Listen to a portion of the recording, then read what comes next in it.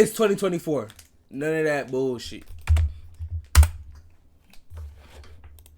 Europe and South America, and could very well be the first nation outside the two continents to win a World Cup. None of that bullshit. Japan has been challenging against some of the best footballing nations in the world and has beaten some on multiple occasions. But how did Japan go from being one of the best upcoming nations in the sport when less than 30 years ago they never even qualified for a World Cup before? Well, let's take a look at the reasons. Well, you see, my nigga, it's all about Blue Lock. If y'all niggas watch Blue Lock, y'all niggas will understand that shit's real on phone.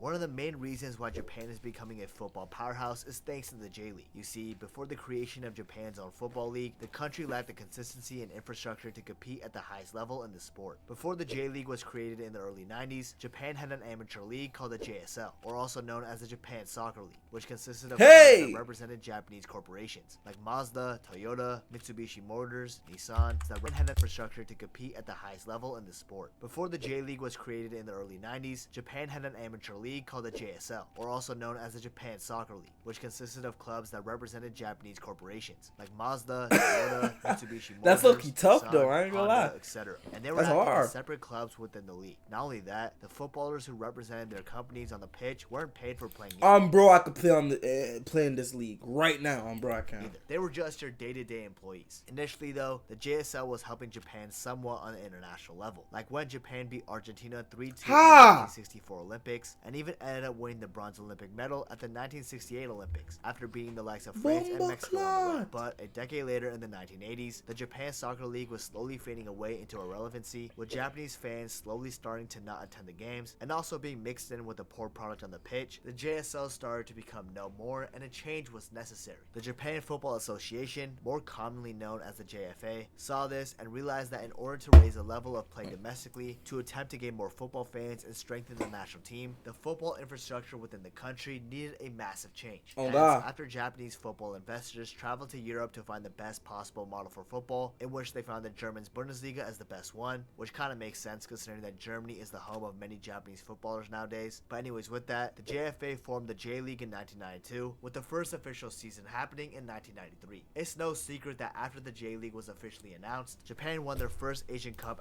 Only if Africa can do that shit, bro. These niggas sent niggas to Europe to learn about the sport, to learn how these niggas play.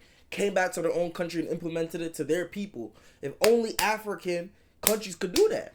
Beating Saudi Arabia 1-0 in the final, and even qualified for the first World Cup in 1998, where yes, they did lose every game at the tournament, but still, at least Japan qualified for the first World Cup ever. Not only that, Japan co-hosting the 2002 World Cup not only played a part in the boost of football's popularity in the country, but also the popularity of the Shinji Kagawa League transformed football in the country. Well, initially, the J-League had the idea of signing superstars to help attract Kodak Baby, when you see me, I'm white. The J-League Kodak Baby, you know I might just fuck your white wife. An ex-Inter Milan, Monaco, and Argentina striker who later bagged 28 goals in the season for the Yokohama Marinos. Gary Lineker, the famous English footballer who played for the likes of Everton, Leicester, Tottenham, and even FC Barcelona. Dragan Stojkovic, a former Red Star and Marseille midfielder of ex-country Yugoslavia. Arsene Wenger, who joined the J-League a few years later before managing the Arsenal Invincibles. And of course, the Brazil legend himself, Zico, one of the greatest footballers of all time, came out of retirement to play in the J-League, and he eventually helped the Kashima Antlers finish runners-up in the inaugural season of the league, and also helped the Antlers win the J-League Sun Story Series. Now, Kashima Antlers is one of the most successful clubs in Japan, with them winning that shit don't be happening no more. The Emperor's Cup 5 times, and the AFC Champions League once. And it's all thanks to Zico for not only giving the club their initial push, but now niggas used to go to Japan?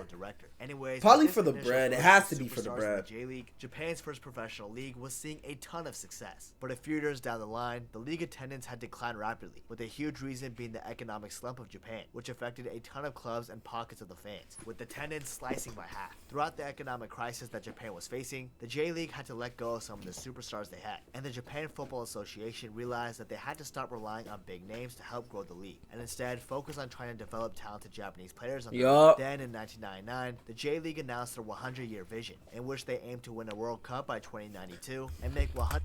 The Blue Lock vision. professional football clubs in Japan, in which they're already well on their way in doing so, since Japan has created more than 60 plus clubs, and the Japanese league management encourage clubs to promote football-based activities, to acquire local sponsorships, and build good relationships with their hometowns at the grassroots level. This basically means that J-League clubs need to start relying on local fans for help in terms of financially, rather than national sponsors, and hope that Japan can develop superstars of their own instead of relying on other countries. Also, the J-League created their official 2-division system, with the J-League Division 1, aka J1, containing 16 clubs, and the J-League Division 2, aka J2, launching with 10 clubs in 1999. Later down the line, a third division, the J3, was also created as well. Now, with the J-League being more than 30 years strong, and being more successful than ever, with Japanese clubs reigning supreme in Asia, like Urawa Red Diamonds, for example. I'm not even gonna lie, these niggas are even doing better than Canadians, which I'm from, by the way. Two, Asian niggas, like they're techie, but like they're just not built for football, if that makes any sense. Like, I don't know, like they move tough as fuck, but like they're strong, they're not strong, and they're not fast. So that doesn't really help. Like, Matoa isn't strong or fast. He's just a fucking elite dribbler. That's it. Winning 3 AFC Champions Leagues, we can see that so far that the JFA's plan for the league has been working, even though they still kind of are attracting big names to the league, like Fernando Torres, David Villa, Podolski, Iniesta, Hulk, Diego Forlan, etc. But overall, Japan has incredibly improved their grassroots program and has developed players capable of playing at the highest levels of Europe. And that brings me to my next point. In football today, it's more common now to see top Japanese footballers playing over in Europe than in the J-League. And this has definitely benefited the growth of football for Japan as a whole, the fans, and most importantly, the national team. After all, one of J-League's main priorities is to export as many Japanese players as possible to Europe, because that would obviously benefit the national team. Now, if you want to see the improvement, just look at Japan's first World Cup appearance in 1998. Every single Japanese player in that squad played for a J-League within the country. Yep. Now, if you look at the 2022 World Cup, which is around 24 years later, only 7 out of the 26 footballers play in the J-League, with the rest now being in Europe, especially the Bundesliga. And with this eagerness of Japanese players wanting to play at the highest level is the reason why there's such a big gap between them and the other national teams in Asia as a whole. That also explains why they're the highest ranked national team in the continent right now too. But just being in Europe isn't good enough for players coming from the outside. Like, there's no point of a Japanese player coming to Europe just to sit on the bench. You're better off staying in the J-League getting more minutes. But that's the difference between Japanese players compared to the players from other countries. Some of these Japanese players are stars for their clubs. But real quick, before we get on with that though, please remember to subscribe to the channel, Twitter and my Instagram, both down in blue. If you want to, feel free to hit me up with that follow. Thank you. Back to topic, running through some of the modern day examples. Daichi Kamada was an undroppable starter for Eintracht Frankfurt and played a huge role in them winning the Europa League a couple years ago. And now, even though he has, I'm gonna keep it real, I only know like the nigga that plays for PSG, the Monaco one, the Japanese nigga, and Matoa. That's it. Best for Lazio, the fact that he's playing for a club of that caliber says a lot. Kaoru Mitoma, the winger for Brian Hove, everybody knows this nigga. Started to play professional football at 23 years old. Ha! Wait, how old is Mitoma right now? What? Mitoma. Nigga started at 23? He's 26?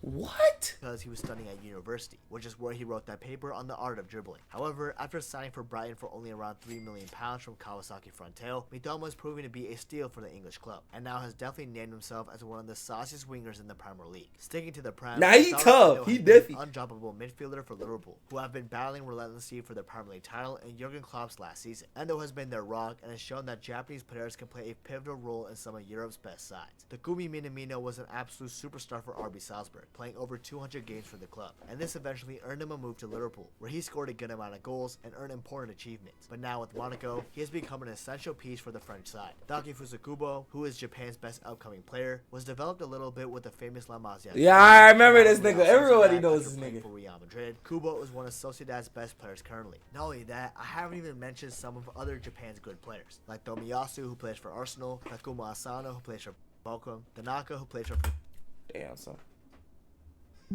Dusseldorf, Kyogo, who plays for Celtic. Damn, bro, my audio.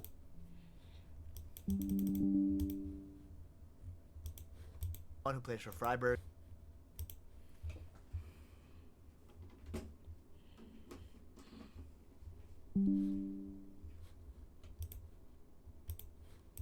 Junya Ito, who plays for Reims, etc. Japanese players who have all played in the J-League previously are now playing key roles for the European clubs, more than ever before in history. Even if we look back at the past as some of the Japanese players who paved the way, he's ugly. Seem to be there oh my god, that nigga ugly. For example, Shinji Kagawa could be described as he's tough. Legend for the likes of Brisha. But I don't know how he got there though.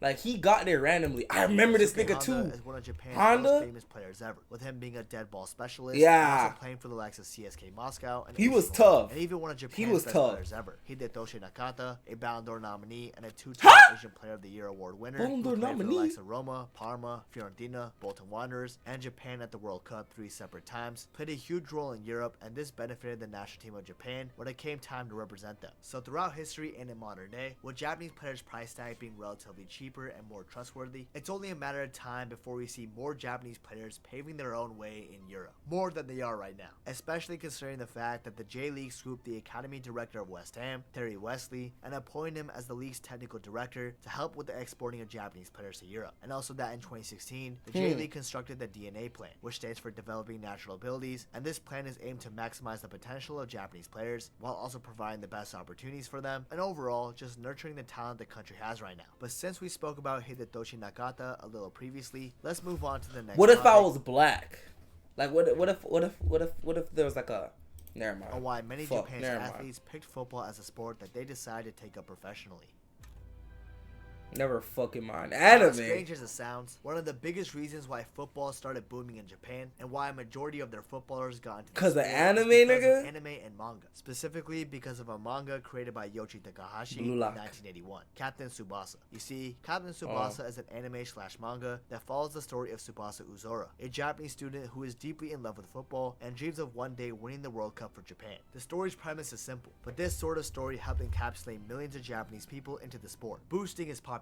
In fact, despite being decades old, in 2023, Captain Tsubasa has reached 90 million copies in circulation worldwide. Damn! I need to watch that. That anime looks hard. The influence of Captain Tsubasa is pretty much unmatched. In fact, the reason why the anime looks hard. Hidetoshi Nakata, one of the most notable names in Japanese football history, is because Captain Tsubasa was the main motivation for Nakata to get into football and play it professionally. And without this manga series influencing him, he might have never played the sport in general. After all, football was behind more popular sports in the country, like sumo wrestling, the national sport, and baseball, which is arguably the most popular sport in Japan today. Yeah. Captain Tsubasa didn't only help the Japanese audience though, but superstars across football worldwide have co-signed Captain Tsubasa as a big influence on them, like Del Piero, Fernando Torres, Andres Iniesta, and Zinedine Zidane, all signing Captain Tsubasa as a series that they used to follow. Now that I've got the point Damn! Captain Tsubasa helped the older generation fall in love with football. Y'all don't even know how they're so good at making shows, players bro. are now being influenced by another anime/manga, Blue Lock. That's Blue Lock, which is boosting the sport's popularity in Japan even more. If we look at the numbers of the top-selling mangas in 2023, Blue Lock tops the list with more than 10 million sales, which is more than the likes of For real? Jujutsu Kaisen, One Piece, Chainsaw Man, My Hero Academia, etc. And 2023 wasn't even the peak of Blue Lock's popularity in my opinion, because I'm sure we all remember how much that Blue Lock was popping during the 2022 World Cup when Japan was on fire. Something that I'll touch on soon. I mean, y'all definitely remember this sound, right? That is from Blue Lock.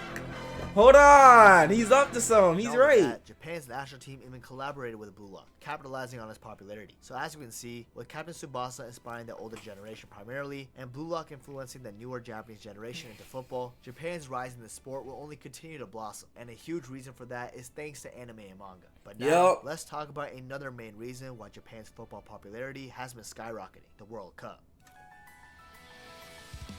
For me personally and many other football fans out there, one of the main reasons how we all fell in love with the sport is because of the World Cup. This competition is the pinnacle of the sport, and every fan or player has dreamt of playing in it. I remember being a young lad and dreaming that one day I could represent the United States at a World Cup and score a last-minute winner like Donovan did in 2010, or score quickly like Dempsey did in 2014. So with the World Cup being a primary factor for people to get into the sport, the same has to be said for the Japanese Japanese people. And Japan's recent successes at the World Cup definitely plays a pivotal factor in the sport's growing popularity in the Asian country. Let's first look back at the 2002 World Cup, a tournament Japan co-hosted alongside South Korea. This was only Japan's second ever World Cup, but they needed to perform well in order to attract the millions of fans following the game for the first time. And they did just that and made history. In fact, Japan managed to top a pretty tough group, with them drawing to Belgium 2-2 in the opening game. How? The first ever win at the World Cup, and then beating Tunisia 2-0 to top their group at the tournament. Maybe I take it back, bro. These niggas is tough. 16, it's safe to say that Japan made their nation proud, and they would do the exact same thing at the 2010 World Cup, where Keisuke Honda would establish himself as one of Japan's rising superstars. In the first game, too. Nah, no, I remember Honda, bro. I remember Honda. Then, despite losing 1-0 to the Netherlands in the next game, a later finalist at the competition, Honda's iconic free kick helped defeat Denmark 3-1, and this sent Japan through to the round 16. Bro. Sadly, their hearts were broken in the round 16 after losing a penalty shootout, but the fact that Japan made it through this far unexpectedly was something that the Japanese could be proud of. And they only got better in 2018, where they would beat the South American heavy favorites Colombia 2-1 in the opening match, draw against the African giants Senegal in the second match, and then somehow lose to Poland 1-0 in the last match. But thanks to Japan receiving less yellow cards than Senegal, they were the ones going through in the round 16 as second place in the group. Then against Belgium in the round 16, they lost, obviously. Most promising for Japan, with the Asian country being up 2-0 by the 53rd minute. Ha! Sadly, even though it looked highly likely that Japan were about to pull off the ultimate upset, Hazard, Hazard, KDB, Lukaku, bro. Yeah. Them niggas said, hold on, wait, let me tee up. What the fuck? Hearts as the Europeans completed the second half comeback and won 3-2. This broke Japanese fans' hearts. But yet again, the people of Japan were extremely proud of their national team for putting up an extraordinary fight. Now moving on, the 2022 they World tried Cup though. was They the best tried. one for Japan in my opinion. And this is where the Asian countries start to receive a lot of attention from my perspective. Initially though, before the World Cup started, a lot of football fans wrote off Japan, since they were in a tough group containing the likes of Spain, Germany, and Costa Rica. I can't blame football fans for thinking this though. It didn't look that good for Japan at the start. Big man thing, yeah. It's not looking good, bruv.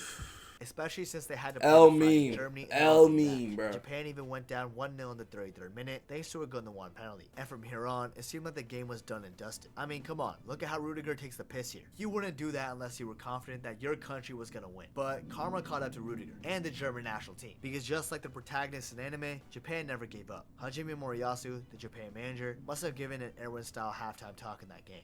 My soldiers push forward! My soldiers scream out! Ah, this is hard. That's a hard reference. Bro, that's a hard reference. Super sub Minamino comes on and takes a shot at Neuer, which he parries away. However, Rutsu Doan, the Freiburg winger, and also the guy who kind of resembles Kunigami from Blue Lock, alright, bro, rebound and scores a goal to tie up the game for the Japanese. Then in the 83rd minute, Japanese forward Takuma Asano they actually beat Germany? Down the ball from I forget if they beat Germany. Ended up finishing the playoff beautifully. Hey! Japan a late lead from 1-0 down to 2-1 up in a short span of 8 minutes. This anime MC protagonist-esque performance got Japan one of their biggest upsets at the World Cup, and also a crucial 3 points in the 2022 edition. Then, in the third match of the group stages against the 2010 World Cup champion Spain, Japan needed to win if they wanted any chance of going through. And it did. Okay, but this is a shit Spain, but alright. Morata getting an early goal to give the Spaniards a 1-0 lead, and this lead stayed all the way up until halftime. But Japan's manager, Moriyasu, definitely whipped out another Aaron-style halftime talk. Your heart and soul to the core!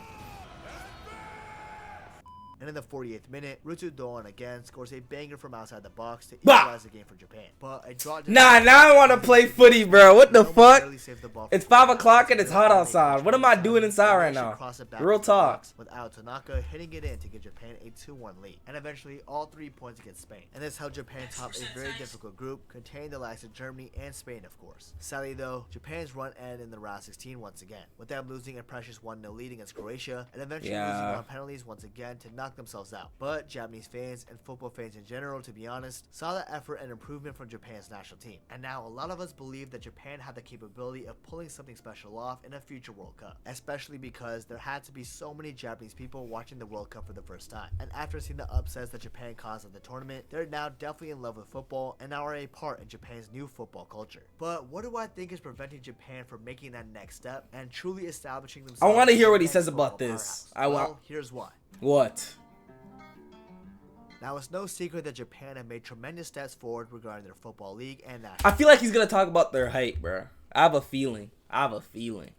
and they're definitely making all the right steps and progressing as a footballing nation. But what's preventing Japan from truly establishing themselves as one of football's elites? There's a couple reasons, but the first one that I want to mention is that Japan suck at being favorites, but they love being the underdogs. We can look at some of the previous examples that I mentioned. In the game against Belgium, where Japan were the heavy favorites to go through after going up 2-0 in the second half, they managed to choke and lose 3-2 at the end of the day. Then in the 2022 World Cup, when Japan were the heavy underdogs against Germany and Spain, they won. But when they were the heavy favorites against Costa Rica, who recently got spanked by Spain 7-0 in the opening match, they lost 1-0. Then when people started saying that Japan were favorites against Croatia and could go through, they managed to botch up the penalty shootout and miss 3 penalties to go out of the tournament in heartbreaking fashion. We don't even need to just look at World Cups though. We can also look at the recent Asian Cups as well. Despite being Asian Cup champions 4 times, becoming the most successful team in the competition, Japan hasn't won the tournament since 2011. At the 2019 Asian Cup, Japan beat the opponents that could have caused the most problems for them, Iran, in the semifinals 3-0. However, even though it looked very likely that Japan would beat Qatar in the final, a country who has never won the Asian Cup at the time, Japan choked and lost 3-1 in the final. Then in the recent 2023 Asian Cup, where Japan were slated as heavy favorites to win the tournament before it even started, Japan were shaky throughout the entire Asian Cup, even losing to Iraq in the group stages unexpectedly 2-1. Then in the quarterfinals, despite being favorites against Iran and going up 1-0, they choked again and lost to Iran 2-1. So just from this, we can see that Japan lacked the mentality of taking care of their opponents when they're the favorites. But they have no problem in doing that when they're the underdogs. Japan just has to make sure that they still have that winning mindset and not crumble under the pressure when people are expecting something from them. And when Japan has that locked down, they can do wonders. Another component that Japan needs to figure out is filling in their missing pieces. A couple of them include finding good fullbacks to help the national team. Tomiyasu is one of them, but besides that, there really isn't another great one. Also, Japan desperately need a number 9,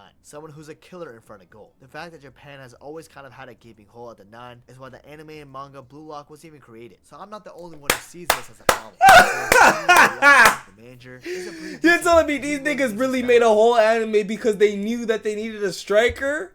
Oh my god. But hey, look, listen, the reason why, look, alright, I'm not even finna speak. But you could just tell Japanese niggas can't be strikers. Only, like, bro, when you think of a striker, you think of a Norwegian, a fucking Nigerian, a fucking German type nigga. You know what I'm saying? You don't think of a Japanese nigga like the World Cup first outside of Europe and South America. I would say that Japan has the likeliest chance, considering the fact that the progress they made in around 30 years has been nothing short of spectacular. Oh, and I don't see Japan's progress slowing down anytime soon. But Japan definitely has some things that they need to fix and tweak in order for them to go from being good at football to being great at football. Anyways, guys, if you enjoyed this video, please. Anyways, y'all, if you guys should have been, man, don't forget to like, comment, subscribe, and I love y'all. Pussy, pussy, pussy, pussy, pussy, pussy, pussy, ass niggas, little man. Peace.